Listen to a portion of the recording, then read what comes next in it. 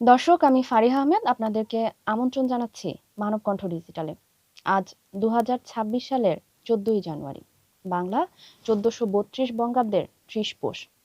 জানিয়ে দেব ঢাকা থেকে প্রকাশিত দৈনিক পত্রিকাগুলোর প্রধান প্রধান সংবাদ শিরোনাম। প্রথমেই জানবো আমাদের ভাষা গণমানুষের মানবকণ্ঠের প্রধান সংবাদ শিরোনামগুলো।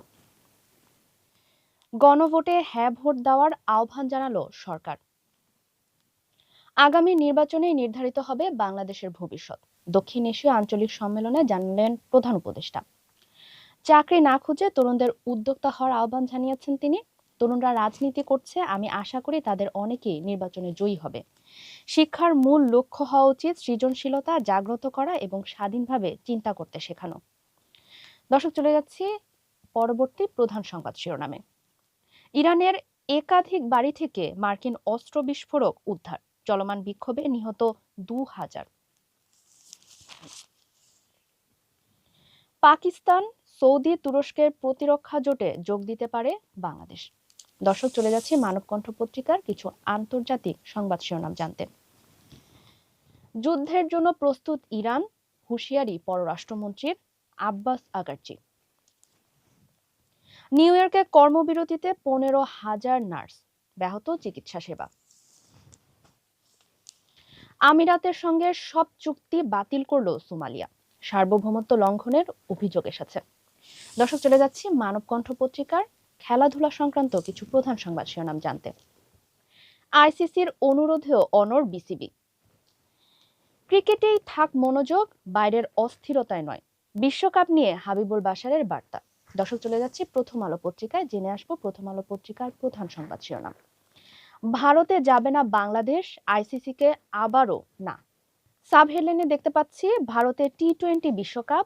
ভারতে বিশ্বকাপের ম্যাচ খেলতে না চাওয়া নিয়ে নিজেদের মধ্যে প্রথম সভা করেন বিসিবি ও আইসিসি কর্মকর্তারা। ক্রীড়া উপদেষ্টা আসিফ নজরুল জানাচ্ছেন, এটা বাংলাদেশের ক্রিকেটের জন্য সাময়িকভাবে ক্ষতিকর হবে, কিন্তু ভারতে আমরা খেলতে গেলে তা পুরো দেশের জন্য ক্ষতিকর হতে পারে। ইরানে বিক্ষোভে নিহত ২,০০০। ইরান পরিস্থিতিতে তেহরানকে কয়েকদিন ধরেই হুমকি দিচ্ছিলেন ট্রাম্প। এবার বিক্ষোভকারীদের উদ্দেশ্যে তিনি বলছেন, আপনারা বিক্ষোভ চালিয়ে যান। বুলেট পয়েন্টে দেখতে পাচ্ছি, ব্যাপক বিক্ষোভের পর সোমবার রাতে ইরানের পরিস্থিতি শান্ত ছিল বলে দাবি ফার্স্ট নিউজের। ইরানের সঙ্গে বাণিজ্যিক সম্পর্ক রাখলে ২৫% শুল্ক আরোপের ঘোষণা যুক্তরাষ্ট্রের। তেহরানের ওপর নতুন করে নিষেধাজ্ঞার কথা ভাবছে যুক্তরাজ্য ও ইউরোপীয় কমিশন। দর্শক, প্রথম আলো পত্রিকার পর চলে যাচ্ছি কালের কণ্ঠ পত্রিকায়। ১ বছরে হামলায় আহত ৬০১ পুলিশ। বুলেট পয়েন্টে দেখতে পাচ্ছি, বেশিরভাগ মব সন্ত্রাসের শিকার, মাসে ৫০ জনের বেশি হামলার শিকার। ডিএমপিতে সবচেয়ে বেশি পুলিশ হামলার শিকার। নির্বাচনের আগে মনোবল ফেরাতে পুলিশ সদর দপ্তরের নানা উদ্যোগ। দর্শক, কালের কণ্ঠ পত্রিকার বক্স অংশে দেখতে পাচ্ছি একটি প্রধান সংবাদ শিরোনাম, গ্রাহকের স্বার্থ বিকিয়ে অপচয়ের ভবন বানাচ্ছে সিটি ব্যাংক। দর্শক, চলে যাচ্ছি সমকাল পত্রিকায়, জেনে আসি সমকাল পত্রিকার প্রধান সংবাদ শিরোনাম। শুরুতেই বিতর্কের মুখে পোস্টাল ব্যালট। ১৬ মাসে ১১৩ মাজারে হামলার সবচেয়ে বেশি ঢাকা বিভাগে। সরকার শক্ত হাতে মোকাবিলা করতে পারেনি বলে মন্তব্য করেছেন ফরহাদ মাজহার। দর্শক, চলে যাচ্ছি বণিক বার্তা পত্রিকায়। নির্ভরতা কমানোর ডাক দিয়ে ভারত থেকে আমদানি প্রবৃদ্ধি সবচেয়ে বেশি ২০২৪-২৫ অর্থ বছরে। ২০২৬ সালের নির্বাচনের ভাগ্য কি আমলাদের হাতেই? বিগত ৩ বিতর্কিত নির্বাচনে ভূমিকা রাখে প্রশাসন যন্ত্র। দর্শক, জেনে আসবো বাংলাদেশ প্রতিদিন পত্রিকার প্রধান সংবাদ শিরোনামগুলো। জোট নিয়ে এখনো আলোচনা, স্বস্তিতে বিএনপি ও শরিকরা, এখনো টানাপোড়েন আছে জামাত জোটে। প্রার্থিতা ফিরে পেলেন আরো ৫৩ জন। দর্শক, চলে যাচ্ছি পরবর্তী প্রধান সংবাদ শিরোনাম জানাতে।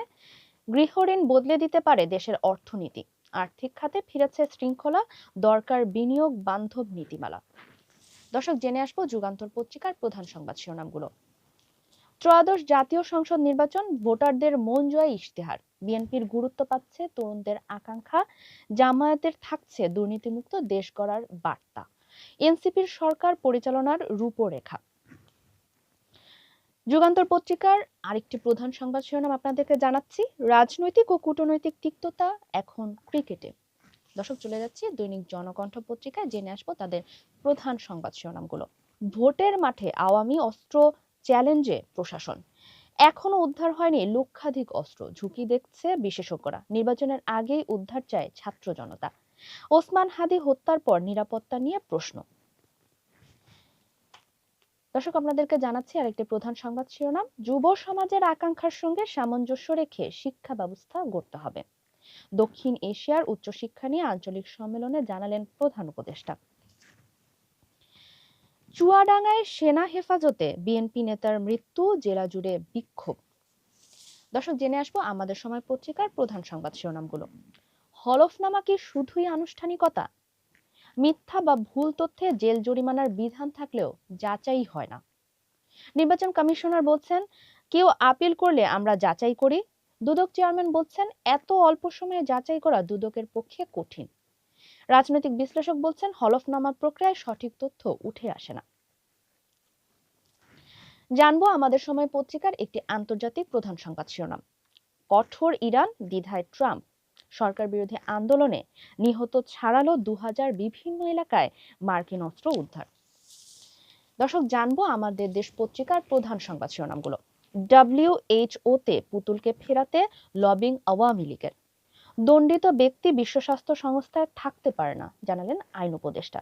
সাজার রায় বিশ্ব স্বাস্থ্য সংস্থায় প্রেরণ, ধরা পড়ে বিশ্ববিদ্যালয়ের শিক্ষকতার জাল সনদ।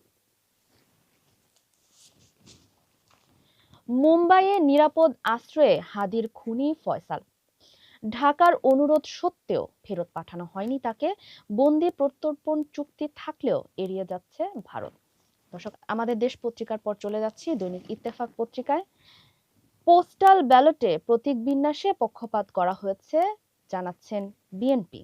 সিএসসির সঙ্গে নির্বাচন পরিচালনা কমিটির সাক্ষাৎ, চতুর্থ দিনে আপিল মঞ্জুর 53 জনের, নামঞ্জুর 17। গণভোট হ্যার পক্ষে আছে বিএনপি। 12ই ফেব্রুয়ারি পর্যন্ত সব নির্বাচন স্থগিতের নির্দেশ ইসির। দর্শক, জেনে আসবো নয়াদিগন্ত পত্রিকার প্রধান সংবাদ শিরোনামগুলো। আগামীর বাংলাদেশ কার হাতে? 4 কোটি তরুণ ভোটারই নির্বাচনের কিং মেকার, অগ্রাধিকার সংস্কার ও ন্যায় বিচার। নয়াদিগন্ত পত্রিকার পর দর্শক জানিয়ে দিব দৈনিক ইনকিলাব পত্রিকার প্রধান সংবাদ শিরোনামগুলো। প্রতিবাদে চুয়াডাঙ্গার স্থানীয় নেতাকর্মী ও সাধারণ মানুষের বিক্ষোভ, থমথমে পরিস্থিতি। সেনা হেফাজতে মৃত্যুতে সর্বত্র ক্ষোভ। টি-20 বিশ্বকাপ সংক্রান্ত একটি প্রধান সংবাদ শিরোনাম জানাচ্ছি, আইসিসির অনুরোধের পরও ভারত যাচ্ছে না বাংলাদেশ। দর্শক, এরই সাথে শেষ করছি আমাদের আজকের দৈনিক পত্রিকাগুলোর প্রধান সংবাদ শিরোনাম। পরবর্তী সংবাদ শিরোনামগুলোর আপডেট পেতে মানব কণ্ঠের সাথেই থাকবেন। ধন্যবাদ সবাইকে।